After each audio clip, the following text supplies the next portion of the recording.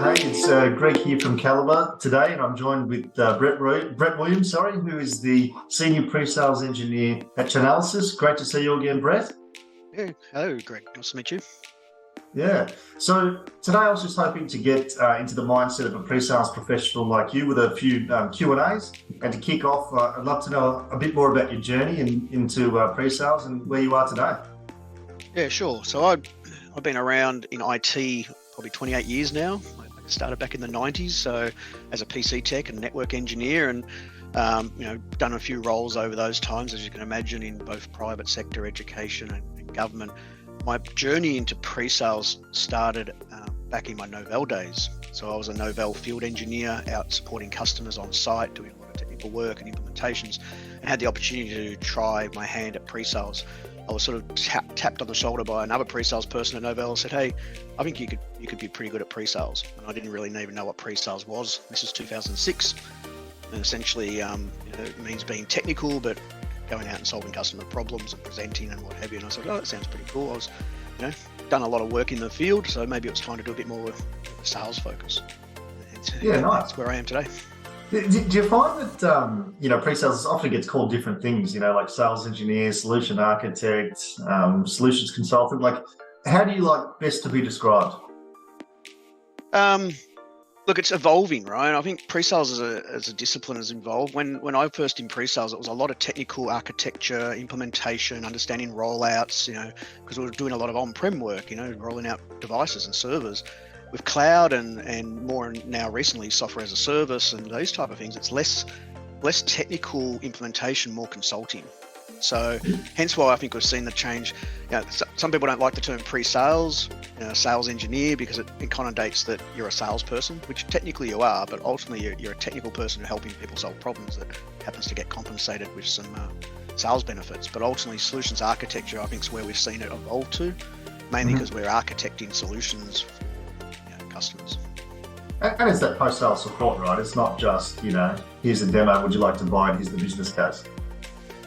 Yeah, look, I think there's definitely an overlap now into more post-sales, not in the sense of tech support and supporting, break-fix type scenarios, but in the software as a service space, it's important that we keep customers engaged and using the platform and what have you. So naturally, you need to be taking the whole life cycle of the customer, selling to making sure they're getting value out of that platform. Yeah, nice. We're often asked about how someone would get into pre-sales. I know you touched on your journey before, but what would be your advice? Look, pre-sales is technically no real different to being a consultant, right? Like there's very technical roles out there in IT or security, where I work in cyber and what have you. Very hands-on, getting very hands dirty in the technology, bytes and bits and what have you. But then there's also consulting roles where you're understanding problems, being able to articulate that with a customer, listen to their problems, take those and turn them into solutions. So pre-sales is really no different to being a consultant. The only real aspect is you're tending to focusing on one solution or a product. I'm part of a large global pre-sales community, and I see people in there who are doing pre-sales for selling widgets to truck manufacturers and aircraft and what have you. It's not just about IT. So it's about taking technical knowledge and helping a customer with a problem, and ultimately that may lead that they purchase a solution. So it's really, you can get into sales, tech sales, by being a good problem solver, being an expert in some sort of area, but mainly it's about working with people, right?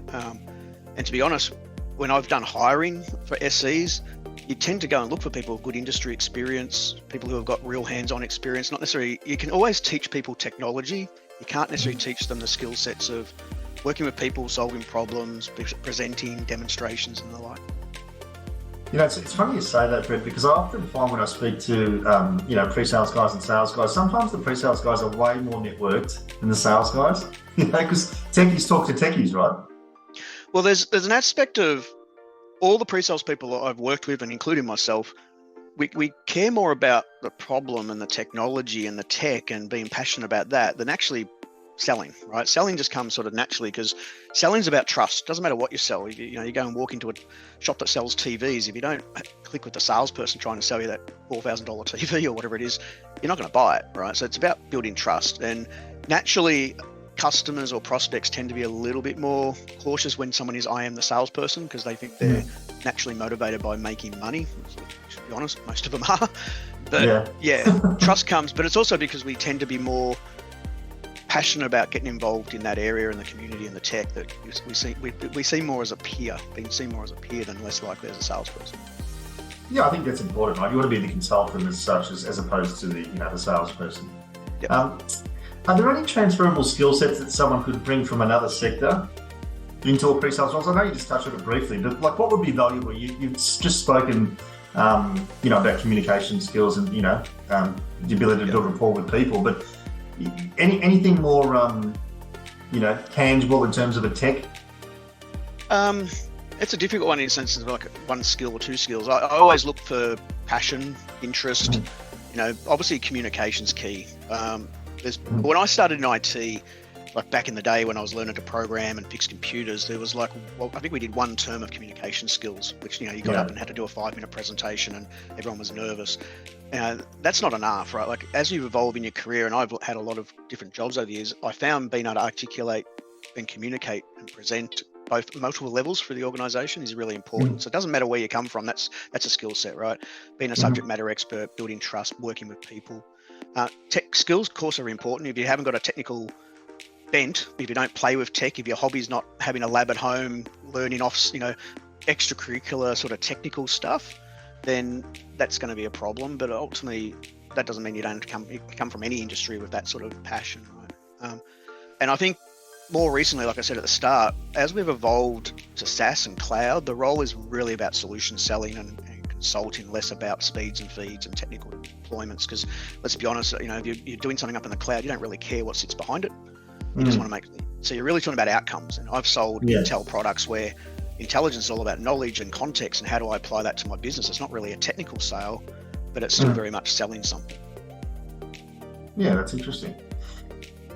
What has been the best investment you've made in your pre-sales career? I'll probably break it down to two things, right? So firstly, I've had a lot of variety. I've worked everywhere from doing technical implementations to playing with hardware to do software, various aspects of cybersecurity, from governance risk to incident response, SOC, more recently threat intelligence and Intel. Now I'm in the blockchain forensics and attribution space. That's given me, I think, by changing and trying different tech over the years, has given you a broad set of knowledge, right? And it's experience, so you can sort of have a good wide breadth of knowledge.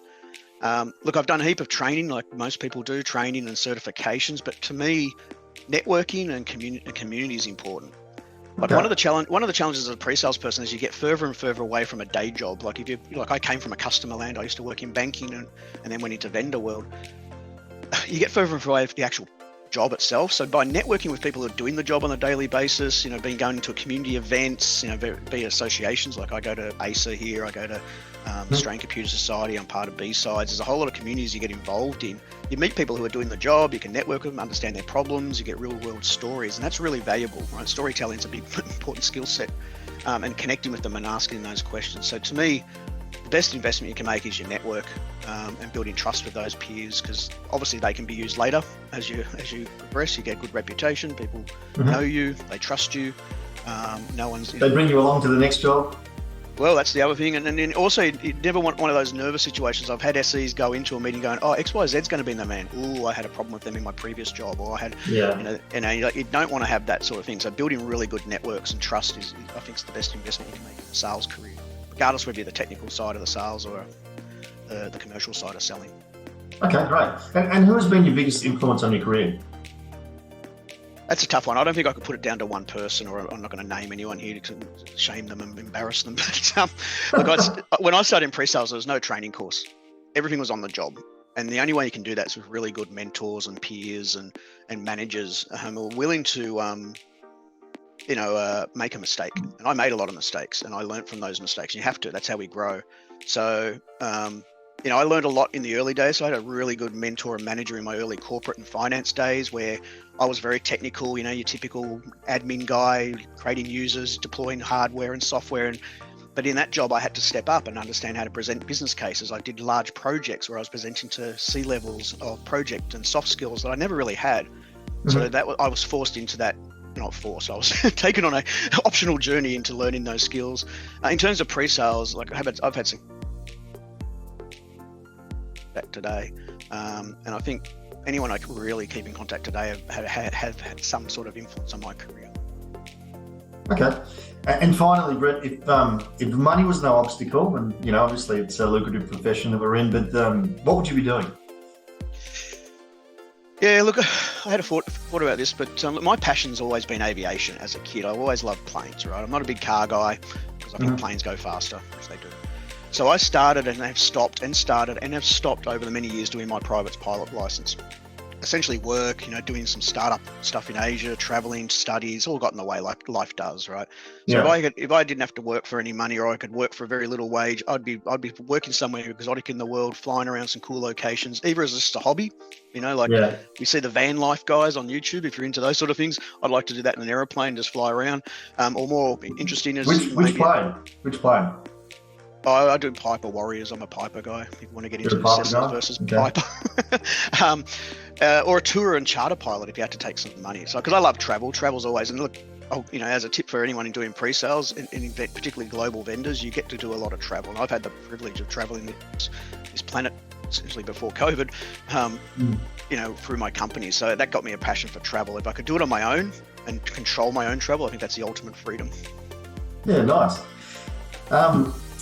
Brett, thanks so much for joining me today. I'm sure your experience will prove valuable for those looking to develop a pre-sales career. So, mate, thanks for your time today. No problems. Pleasure. Always.